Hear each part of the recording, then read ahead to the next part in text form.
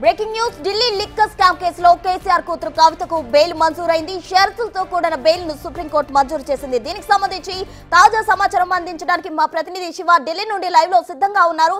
శివ చెప్పండి, అయితే కవితకు అయితే బెయిల్ షరతులతో కూడిన బెయిల్ లభించింది. దీనికి సంబంధించి ఏ విధమైన షరతులు విధించారు కవితకి?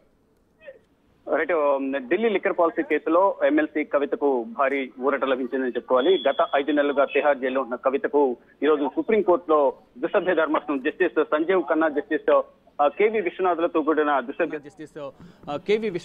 కూడిన ద్విసభ్య ధర్మాసనం కవితకు బెయిల్ మంజూరు చేసింది. కొన్ని కండిషన్స్తో బెయిల్ మంజూరు చేసినట్టు తెలిసింది. కండిషన్స్తో కూడిన బెయిల్ మంజూరు చేసింది. మొత్తంగా చూసుకుంటే 5 నెలల సుదీర్ఘంగా ఈ కవిత తిహార్ జైల్లో తన జైలు జీవితాన్ని గడుపుతూ ఉన్నారు. ఈ నెలలోనే ఇటు తిహార్ జైలు అధికారులతో పలుమార్లు ఇటు అంటే కవితకు సంబంధించిన వారి కుటుంబ సభ్యులు తిహార్ జైలుకి వెళ్ళడం, ములాఖాత్ కావడం, కవితకు ధైర్యం చెప్పే ప్రయత్నం చేయడం, త్వరలోనే కవితకు బెయిల్ వస్తుందంటూ కూడా కేటీఆర్, హరీష్ రావు వారి కుటుంబ సభ్యులు అయితే ధీమా వ్యక్తం చేస్తున్నారు. గత పర్యటన సందర్భంగా కూడా న్యాయ నిపుణులతో సంప్రదింపులు జరిపిన హరీష్ రావు, కేటీఆర్ కవితకు ఎట్టి పరిస్థితులను బెయిల్ తీసుకురావాలనేది ప్రధానంగా వారందరూ ఆశాభావం అయితే వ్యక్తం చేశారు. ఎట్టకేలకు కవితకు ఈరోజు ఉదయం వాదనలు ప్రారంభమైన తర్వాత దాదాపు సుదీర్ఘంగా గంటన్నర పాటు ఈ వాదనలు కొనసాగాయి. ఇటు ముకుల్ రోహత్గి కవిత తరఫున మొదట వాదనలు వినిపించారు. కవితకు సంబంధించి అనేక ఆధారాలను కవిత దగ్గర ఉన్నాయి, డిలీట్ చేశారు, ధ్వంసం చేశారు అనేది ప్రధానంగా కవిత మీద అనేక ఆరోపణలు, అభియోగాలు నమోదు చేసింది ఈడీ, సిబిఐ దర్యాప్తు సంస్థలు. కానీ ఎటువంటి ఆధారాలు దొరకలేదు. దాదాపు 493 మందిని విచారించారు. 50,000 పేజీలు ఇటు ఈడీకి సంబంధించి కానీ సిబిఐకి సంబంధించి కానీ 50,000 పేజీలకు సంబంధించి ఛార్జ్షీట్లు దాఖలు చేశారు. అనేక మందిని విచారించినప్పటికీ 57 మంది నిందితులను దీనిలో చేర్చారు. కవితతో పాటు అనేక మందిని విచారించారు, అనేక మందిని అరెస్ట్ చేశారు, అనేక మంది అప్రూవర్గా కూడా మారిన పరిస్థితి అయితే కనిపిస్తుంది. కానీ కవితకు వ్యతిరేకంగా ఎక్కడ కూడా 100 కోట్ల రూపాయలు అయితే కవిత చేతులు మార్చారు.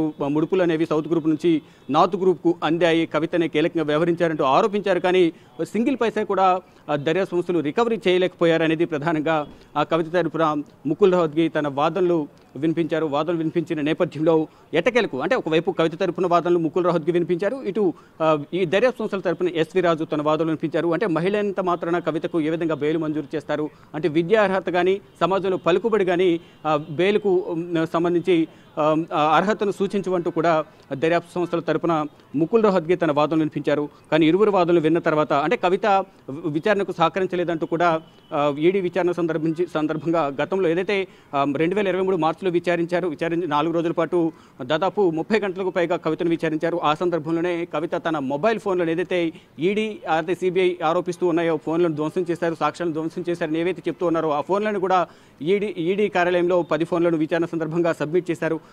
దానిలో సాక్ష్యాలను డిలీట్ చేశారంటూ కూడా కవిత మీద అనేక అభియోగాలు నమోదు చేశారు. కానీ ఆ ఫోన్లను తాను ధ్వంసం చేయలేదు, తన ఇంట్లో ఉన్న సర్వెంట్స్కి ఇచ్చారు అనేది ప్రధానంగా కవిత తరపున వాదనలు వినిపించారు. డేటా కూడా రికవరీ చేశారు. కానీ దాంట్లో ఏదైనా ఆధారాలు ఉంటే, ఏదైనా తప్పు చేసే ఆధారాలు ఉంటాయి, కానీ దాంట్లో ఎటువంటి ఆధారాలు లేవు. ఎటువంటి డాక్యుమెంట్ పరంగా కానీ డేటా పరంగా కానీ ఏవి కూడా ఎగనెస్ట్గా కవితకు ఎగనెస్ట్గా ఈడీ అధికారులకు కానీ సిబిఐ కానీ దొరకలేదు. కానీ లేనిపోని అభియోగాలు నమోదు చేస్తున్నారు. అరుణ్ రామచంద్రపిల్లని అరెస్ట్ చేసి భయపెట్టి స్టేట్మెంట్ తీసుకున్నారు. అరుణ్ రామచంద్రపిల్ల ఇచ్చిన స్టేట్మెంట్ ఆధారంగానే కవితను అరెస్ట్ చేస్తామని గతంలో తెలిపారు. మళ్ళీ తర్వాత అరుణ్ రామచంద్రపిల్ల ఈ స్టేట్మెంట్ వెనక్కి తీసుకున్నారనేది ప్రధానంగా అంటే భయపెట్టడం ద్వారా, కవితను భయపెట్టడం ద్వారా అభియోగాల్లో భయపెట్టడం ద్వారా అరుణ్ రామచంద్రపల్లి స్టేట్మెంట్ వెనక్కి తీసుకున్నారనేది మరొక ఆరోపణ అయితే ఈడీ చేస్తోంది. అంటే జైల్లో ఉన్న సందర్భంలో అరుణ్ రామచంద్రపల్లిని ఏ విధంగా బెదిరిస్తారంటూ కూడా బెంచ్ కూడా అంటే ద్విసభ్య ధర్మాసనం జస్టిస్ బిఆర్ గవై, జస్టిస్ విశ్వనాథ్లతో కూడిన ధర్మాసనం ప్రశ్నించిన నేపథ్యంలో అంటే తరచూ లాయర్లు కానీ కుటుంబ సభ్యులు కానీ కలుస్తూ ఉంటారు కాబట్టి ఆ సందర్భంలో కూడా బెదిరించి ఉండొచ్చు అనేది ఇటు ఈడీ తరపున ఎస్వి రాజు వాదనలు వినిపించారు. ఇలా వాదనలు ప్రతివాదనలు కొనసాగిన తర్వాత అంటే ఎట్టి పరిస్థితులను కవితకు బెయిల్ ఇవ్వద్దు, కవితకు అగెనెస్ట్గా అనేక ఆధారాలు మా దగ్గర ఉన్నాయి, ఆధారాలు మళ్ళీ మేము మీకు సబ్మిట్ చేస్తాము, ఇప్పటివరకు ఈ ఛార్జ్షీట్లు దాఖలు చేస్తాము కాబట్టి ఛార్జ్షీట్లో కూడా కవితకు సంబంధించి అనేక అభియోగాలు ఉన్నాయి, కవిత ఎవరెవరితో వ్యాపార సంబంధాలు ఉన్నాయి, ఆర్థిక లావాదేవీలు ఉన్నాయి అనే దానిపై కూడా ప్రధానంగా వాదనలు వినిపించారు. దాంట్లో శరత్చంద్రారెడ్డి, మాగుంట రాఘవ రెడ్డి, మాగుంట శ్రీనివాసరెడ్డి, బుచ్చిబాబు, అభిషేక్ బోయిన్పల్లి, అరుణ్ రామచంద్ర పిల్లై, విజయ్ నాయర్, ఇలా సౌత్ గ్రూప్లో కీలకంగా ఉన్న ఇటు అరవింద్ కేజ్రీవాల్ కానీ, మనీష్ సిసోడియా, ఇటు ఇండోస్పిరిట్ అధినేత సమీర్ మహేంద్రు, అమిత్ అరోరా, దినేష్ అరోరా, వీరందరూ కూడా అంటే మొదట ఈ ఢిల్లీ లిక్కర్ పాలసీ అనేది 2021-22కు సంబంధించి ఢిల్లీ లిక్కర్ పాలసీ రూపకల్పనలో దినేష్ అరోరా, విజయ్ నాయర్ కీలకంగా వ్యవహరించారు. ఈ ఢిల్లీ లిక్కర్ పాలసీ డ్రాఫ్ట్ రూపకల్పన చేసే సందర్భంలో కూడా కవితకు వీరందరూ సహకరించారు. కవిత అలాగే విజయ్ నాయర్ అంటే ఆమ్ ఆద్మీ పార్టీ గవర్నమెంట్లో మీడియా కోఆర్డినేటర్గా విజయ్ నాయర్ ఉన్నారు. ఆ సందర్భంలోనే కవితతో పలుమార్లు సమావేశమయ్యారు. కవిత ఢిల్లీ లిక్కర్ పాలసీ సంబంధించి రూపకల్పన చేసే సందర్భంలో దీంట్లో ఇంట్రెస్ట్ ఉంది, దీనిపై అసలు రూపకల్పన ఏ విధంగా చేశారు అనే దానిపై మాట్లాడదామంటూ కూడా విజయ్ నాయర్తో పలుమార్లు ఢిల్లీలోను, హైదరాబాద్లోను సమావేశమయ్యారు అనేది ఈడీ, సిబిఐ అనేక మార్లు అభియోగాలను వచ్చేసింది. ఎవరినైతే అరెస్ట్ చేశారో అరెస్ట్ చేసిన తర్వాత వారికి సంబంధించిన ఛార్జ్షీట్ దాఖలు చేస్తారు. కాబట్టి ఆ ఛార్జ్షీట్ దాఖలు చేసే సందర్భంలో ఎవరెవరితో లింకప్ అయి ఉన్నారు వీరు అనే దానిపై కూడా అందరి పేర్లు, దీంట్లో నిందితులు, సాక్షులను, ఎవరైతే అక్యూజ్డ్గా ఆరోపణలు ఎదుర్కొంటున్నారో వారందరికీ సంబంధించి కూడా అభియోగాలు నమోదు చేస్తూ వారందరికి సంబంధించి దీంట్లో ప్రధానంగా అనేక మంది సాక్షులను కూడా అంటే దాదాపు 493 మంది సాక్షులను, 57 మంది నిందితులు వీరందరినీ కూడా అనేక మార్లు విచారించారు.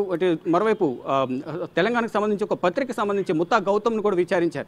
దానికి సంబంధించి కూడా ఆర్థిక లావాదేవీలు అన్నిటిపై కూడా ప్రధానంగా దర్యాప్తు కొనసాగించారు. సుదీర్ఘంగా దర్యాప్తు కొనసాగించిన తర్వాత కవితకు ఏ విధంగా వ్యతిరేకంగా ఎటువంటి సాక్ష్యాలు లభించినప్పటికీ కూడా ఇంకా ఏదో విధంగా జైల్లో ఉంచాలి, గతంలో పిలిచిన సాక్షుల్ని మళ్ళా పిలిచి కవితకు వ్యతిరేకంగా సాక్ష్యం చెప్పాలని వారందరూ కూడా ఒత్తిడి చేస్తున్నారనేది కవిత తరపున న్యాయవాది ముకుల్ రోహత్గి తమ వాదనలు వినిపించారు. ఇటు ఈడీ కూడా కవిత ప్రధానంగా 2021 రూపకల్పనలో 2021-22 ఢిల్లీ లిక్కర్ పాలసీ రూపకల్పనకు సంబంధించి పలుమార్లు సమావేశమయ్యారు.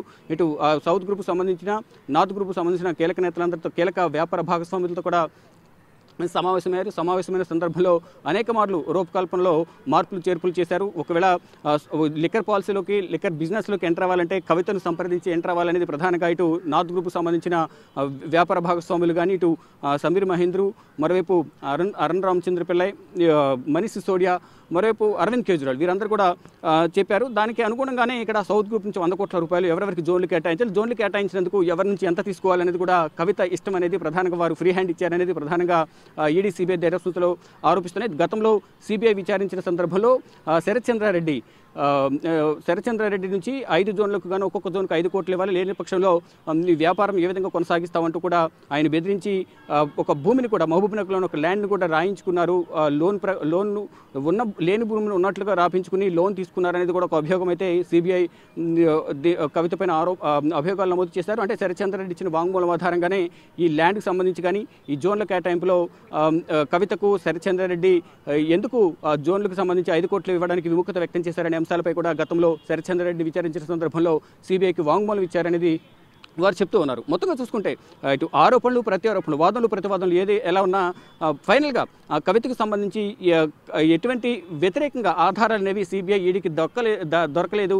కేవలం తీవ్ర జాప్యం అయితే విచారణలో కూడా తీవ్ర జాప్యం చేస్తున్నారనేది ప్రధానంగా కవిత తరపున న్యాయవాది ముకుల్ రోహత్గి తమ వాదన వినిపించారు. మధ్యలో బెంచ్ ద్విసభ్య ధర్మాసనం సంబంధించిన జస్టిస్ బిఆర్ గవై అలాగే కేవి విశ్వనాథులతో కూడిన ధర్మాసనం వారిద్దరు కూడా జడ్జెస్ కూడా మధ్యలో జోక్యం చేసుకుని ఈ పారదర్శకంగా జరగాలి విచారణ అనేది, పారదర్శకంగా జరగకుండా వారు స్వార్థంగా ఈ విచారణ జరపకూడదు అనేది ప్రధానంగా ఇద్దరు కూడా ఇటు జస్టిస్ బిఆర్ గవై అలాగే కె విశ్వనాథులు ఇద్దరు కూడా ఒకంత దర్యాప్తు పట్ల అసహనం వ్యక్తం చేశారు.